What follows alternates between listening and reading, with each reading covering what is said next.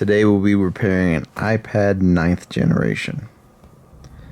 Some of the tools you're going to need is a Phillips screwdriver, a small Phillips screwdriver, a pry tool, an a2602 tool, I'll leave a link in the description, a heat gun or a hair dryer. A heat gun is definitely recommended, tweezers, and I'm not showing it, but double-sided tape. To find the model number, you can look on the back, and it's going to be in very small letters. It's going to start with the letter A. This iPad is an a2602.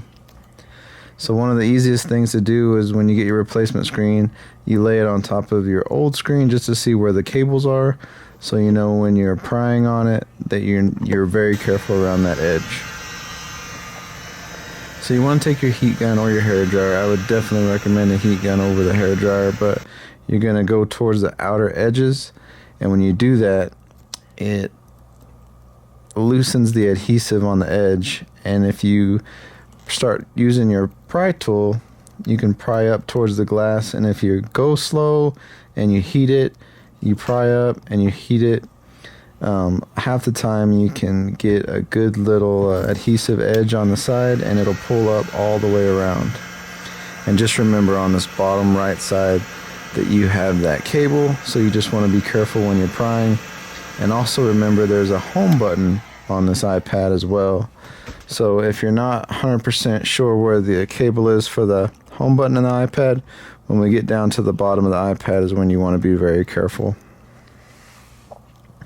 So right here, that's all I'm doing. I just heated it so the adhesive is loose. So I'm taking my pry tool and I'm pushing up towards the broken screen. Don't push down. You could damage the LCD, and the LCD is a little more expensive than the digitizer, so you're going to be out a lot more money. This digitizer was about $25. So this repair only cost me $25 to fix this iPad, so not too bad at all.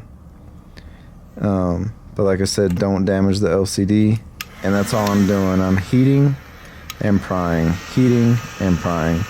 And here in a little bit I'm going to speed up the video, but make sure you take your time, go slow.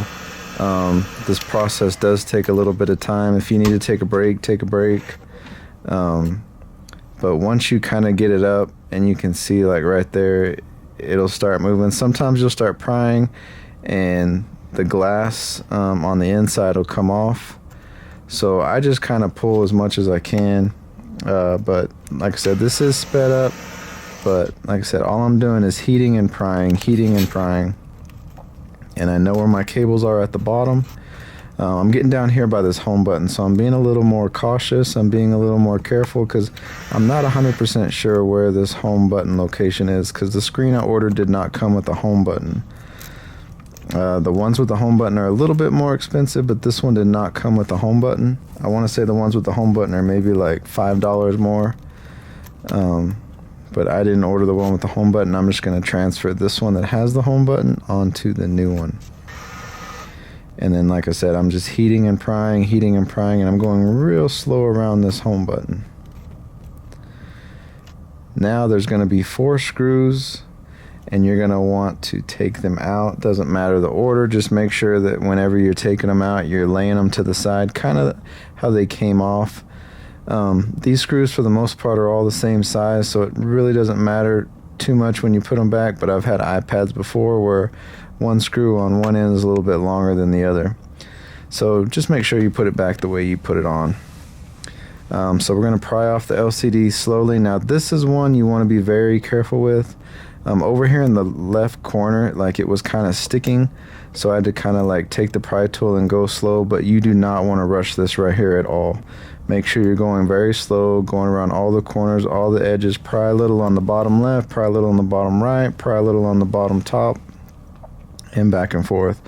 Like I said, at the bottom it was moving, but I just couldn't get this corner to move, so I just kept playing with it just little by little, and it finally just came up. So just be very careful when you're removing that LCD. If you put too much pressure, you can damage it, and like I said, they're expensive. So the next thing we want to take off is this heat shield and these 3 screws that are holding it down. and then we're gonna pry up the cables that are underneath. And once again, when you're taking those screws off, lay those to the side the exact way you pulled them out. It's just gonna make it a lot easier for you when you put them back. So we've taken the LCD off. I'm just gonna lay it up here to the side. And now we got the home button. And we still got this digitizer. I want to go ahead and disconnect the digitizer. And this is what we're replacing. So technically you could have just cut those cables off earlier and it's not going to do any damage. The only cable we want to watch out for is the home button cable,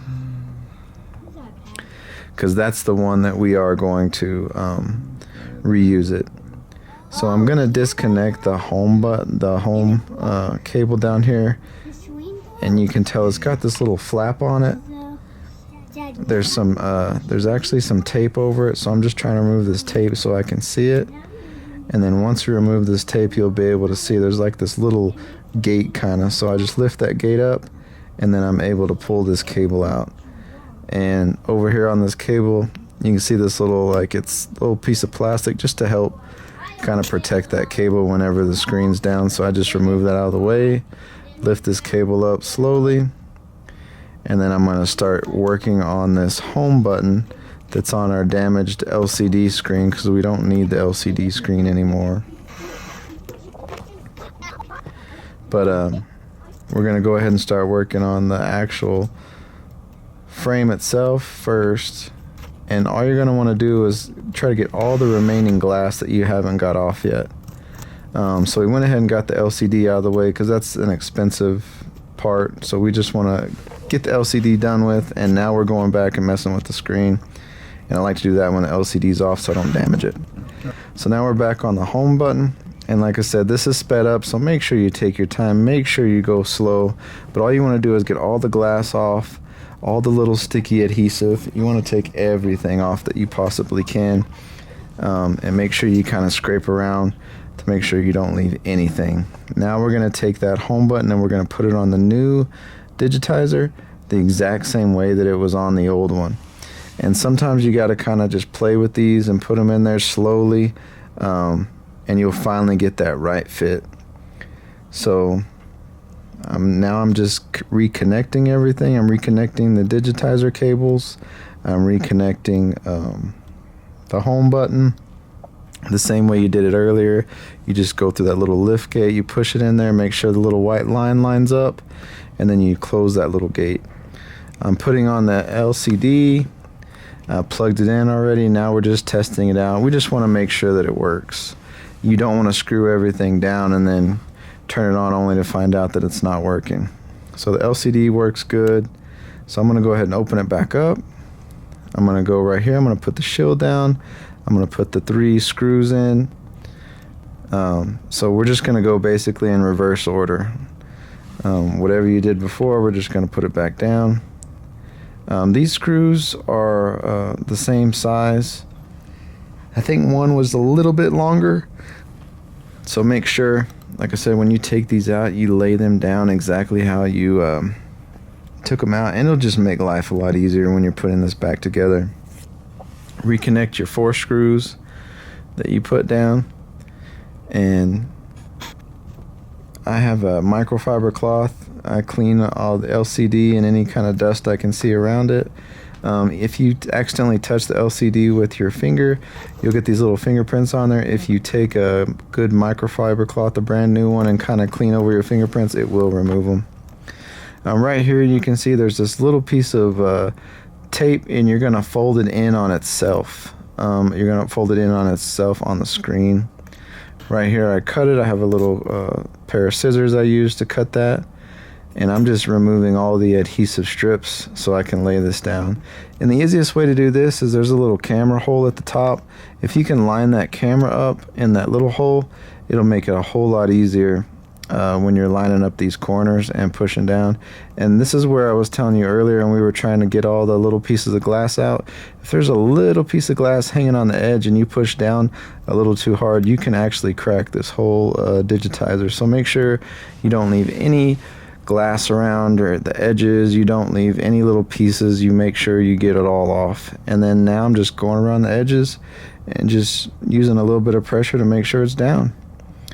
I'm going to go ahead and turn it back on, test it back out again, make sure everything's okay. I just play around with the home screen if it has a password on it. But other than that, that's it. This repair will cost you $25-30, and maybe you can make a little bit of money on it. Have any questions? Let me know. Thanks for watching.